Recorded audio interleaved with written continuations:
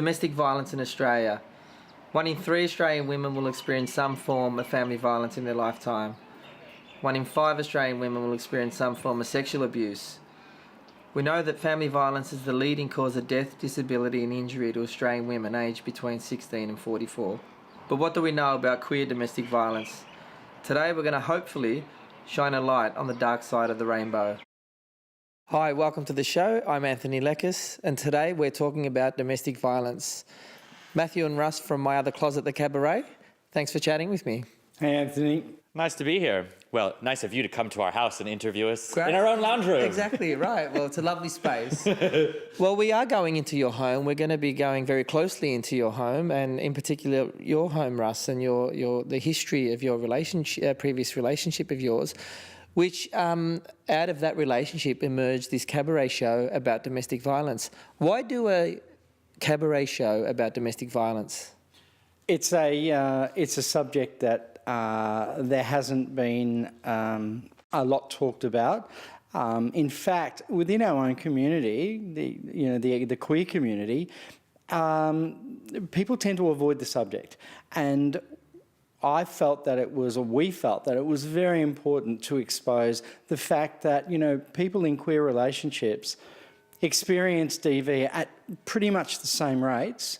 And some areas of the queer community experience it at even higher rates than the heterosexual community. However, we don't talk about it. So if it's so prevalent in the community, why aren't we talking about it more often? Well, I think what the research shows is that there's a couple of reasons why the queer community doesn't acknowledge domestic violence very well.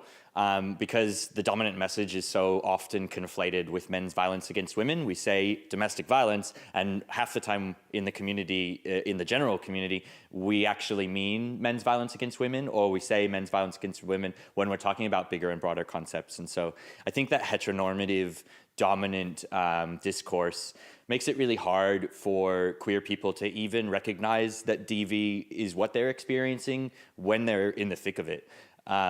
One of the other things that we know is there's an enormous pressure on the queer community. We've spent a long time trying to convince the rest of the world that our relationships are valid, that our love is equal, and so it's a lot to actually say, well, sometimes our relationships are toxic and they're really bad for us, just like the heterosexual community. But we have this extra pressure to be even more fantastic at relationships so that we could please get married and have the same amount of freedom and equality as you. So if we don't have marriage equality yet in Australia here in 2017, so without that level of legitimacy, visibility, and I guess you're talking about protection also, then people in queer relationships, they're left thinking that what might be happening in their relationship is not like what happens in heterosexual relationships. This can't be domestic violence. I think it's interesting that as a queer person,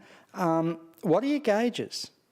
How do you gauge that the relationship that you're in is a domestic violent relationship? Well, Russ, how did you do it? Because we'll talk about the show in a minute, but what was your sense-making along the way if we, in queer relationships, don't have a template for understanding abuse when it happens? I guess in my own situation, it took me 5 years to get out of a relationship that was toxic, that was bad for me, because I didn't realise that I was in an abusive relationship. Again, there were no gauges. There was no one for me to talk to. There were no services available that were able to clarify what I was going through. And because of that, I actually didn't realise I was. I think interestingly, when we first got together and were talking about that, I had some access to the sector, and so I did know a little bit about what are classic signs of domestic violence. And so for Russ to describe his past experience and for me to say, that's a classic tactic. That's, that is isolating you. That was that person, making you walk on eggshells. That was the wooing phase. That was the honeymoon phase. Like, to see how closely you can overlay the classic signs and symptoms from straight domestic violence situations, men's violence against women, onto many queer relationships. I think it was interesting for us to kind of have such an immediate, real example of that. You mentioned the word clarity around not having clarity around it, and Matt, when you were talking then, did you have this conversation when you were sort of sharing those stages that you mentioned? Is that the clarity that you were sort of looking for, to try and sort of say, yes, that's me, that's what was happening? When Matthew and I were having the conversation, I was well out of that relationship. So my clarity came to me in a thud. And that clarity was, the result, or the result of that clarity was broken bones and hospital visits and all sorts of things. So I realised where I was at much before these conversations were taking place. Your clarity came to you in a thud, as you said, and I'm just wondering about, you used the word tactics earlier, Matt, around sort of tactics of abuse that are used against people in relationships, and we understand sometimes that people end up in hospital. That's up at the sort of pointy end of domestic violence, isn't it? Where sort of other people start to take what's happening in your relationship very seriously, because there are injuries, police might have come out.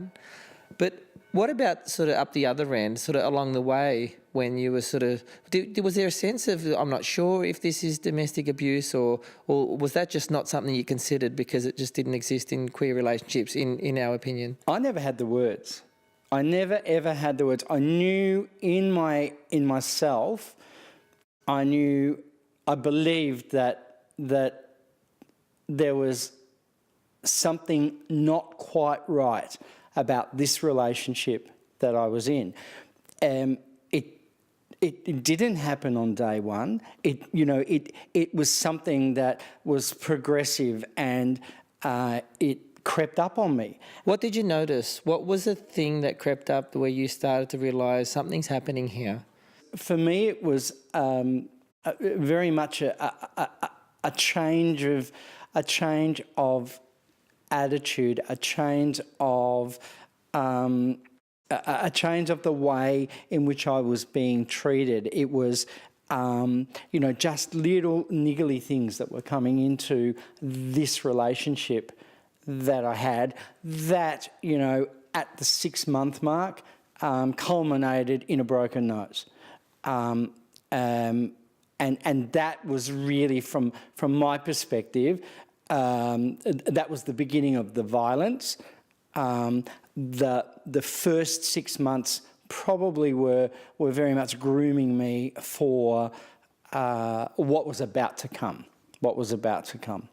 If you've heard something in our conversation today that makes you think perhaps you're using control or abuse in your relationship, you can contact VAC at vac.org.au or QLife. In our conversation today, it's made you think about anyone you know, maybe a colleague or a friend or a family member even, that this sounds like could be happening in their relationship. Please head to qlife.org and speak to a volunteer counsellor about what you might be able to do to help that person. Or you can go to anothercloset.com.au and have a look at the information there for how bystanders can help someone experiencing violence. If anything in our conversation today has made you realise that maybe you're in a domestic violent relationship, contact Queerspace. They have a specialist LGBTI domestic violence support worker available to talk to you today. Alternatively, call QLife and talk to a volunteer counsellor.